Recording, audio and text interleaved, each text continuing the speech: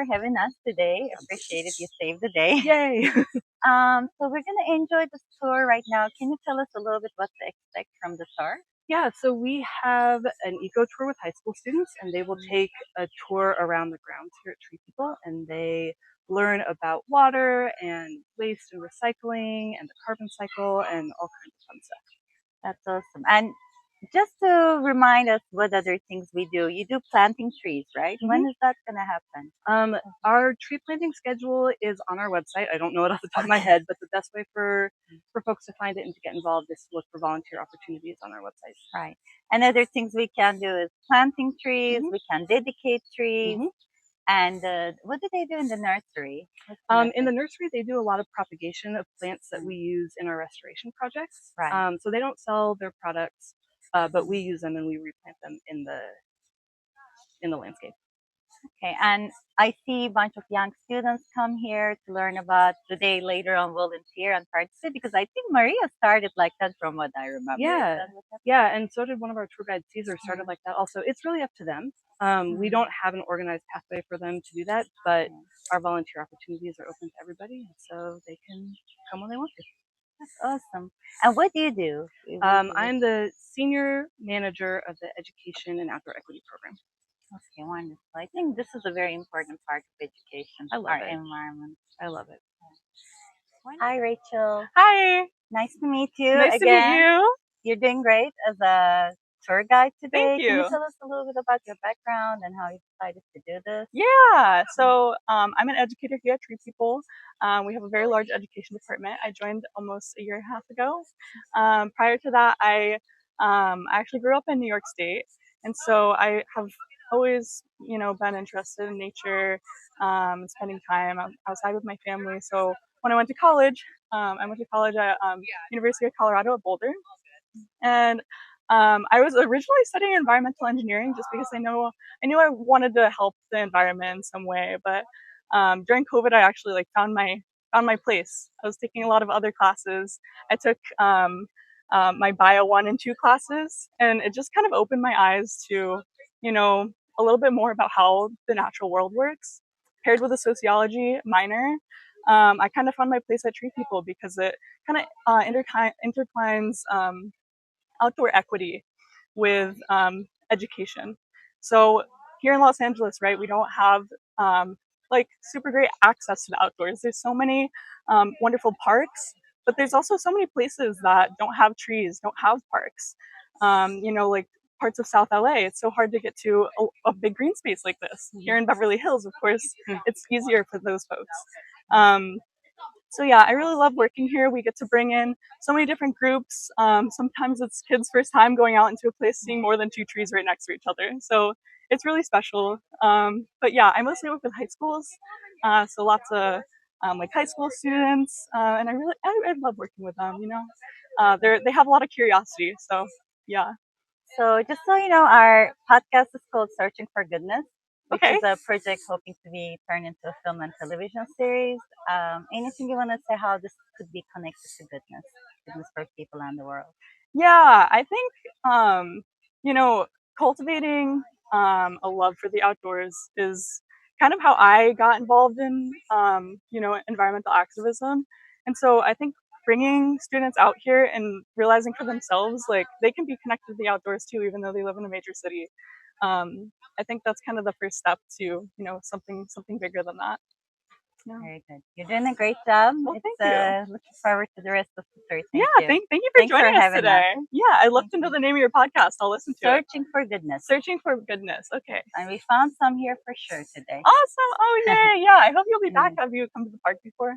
Yeah, I did one time the night hike. It was super awesome. Yeah, I loved it. And then I know there's music and afterwards some entertainment. It was really cool. Yeah.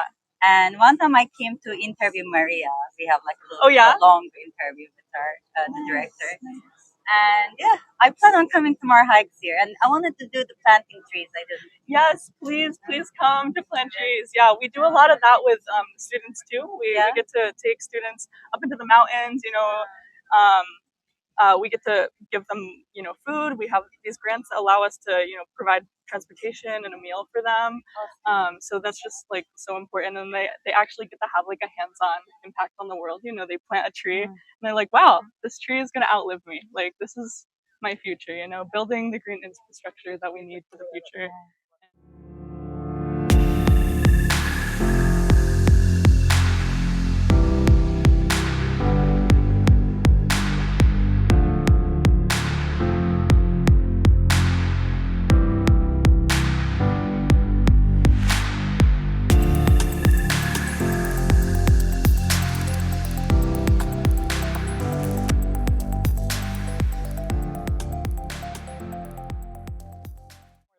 So see all these little tendrils. Some of them are making these really cute little curly cues. It's trying to grab onto something so it can climb up and get a little bit more light. It's not really harming the other plants. These plants co-evolved together for a long time. So it's not really a detriment to the also native toyon, but it needs more light. So you'll see the fruits are actually these huge spiky cucumbers. So this is wild cucumber. It does have a cucumber. They're not edible. Not edible at all. Cesar's passing around the inside of it, so you'll see it's not super fleshy inside. Another one. This one's really bright. Yeah, it kind of has like this loofah texture.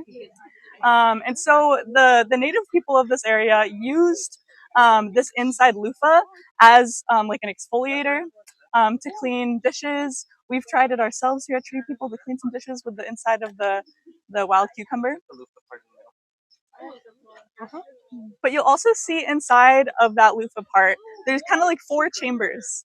And so that's where the seeds are. The seeds are giant. They're like this big. So we'll probably be seeing some as they start to open up because these cucumbers are going to get really big. So one evolutionary adaptation they might have had to, make these the fruits so spiky. Why do you think the fruits are so spiky? Yeah, maybe to protect themselves so they don't get eaten. So why do you think they don't want to get eaten? Because we know some plants do want to get eaten so that they can spread the seeds that way. Why do you think these plants don't want to get eaten? Maybe their seeds are digested easily, so like if they get eaten, there's no chance of like more plants. Yeah, I like that idea too, right?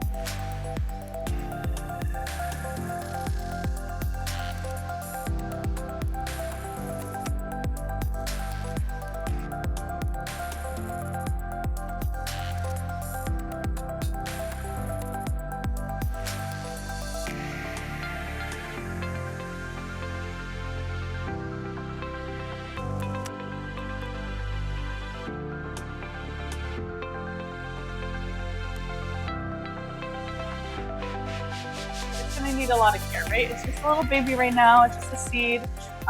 So if you don't want to start taking care of it today, you know what? That's okay because you haven't watered it yet. It's going to be okay in there. But I do encourage you to start watering it because it's going to take a long time to grow. So once you get home to water it, you want to take the tape off, obviously. It's not going to stand up very well on its own. So you might want to put it in a cup after. But to water it, what you're going to do, hold it under the faucet. Just really light water, just a few drips, okay? And how will I know I watered it enough? Yeah, it'll feel moist and you'll see it coming out of the bottom, that's right. So you wanna do this about every other day just because this tube is very small. It can dry out pretty fast. So every other day, drip, drip, drip until you see it coming out of the bottom. After you water it, hold it over the sink until it drains out. You wanna put it in a cup just so it can stand up. You don't wanna fill the cup up with water, nothing like that. This is just, its little crutch. And what do plants need to grow? Sun. We might want to put it by a window.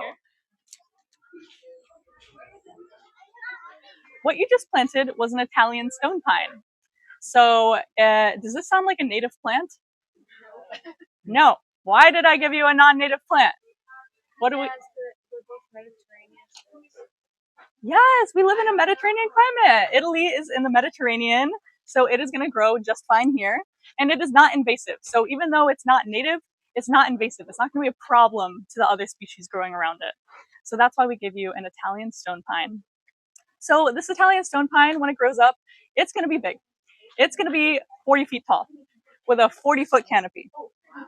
But it's going to take a long time to get that big. So you don't have to worry. You can take care of it in a pot or in this thing because it's going to be about 40 years. So don't rush it. You know, things take time. But once you do want to take it out of here, it's going to be maybe about 6 months from now. So probably around September, it might be time to take it out of here because, you know, it's probably have developed all of its roots and it's ready to live in a pot. So you can put it in a pot for another like 10 years if you want.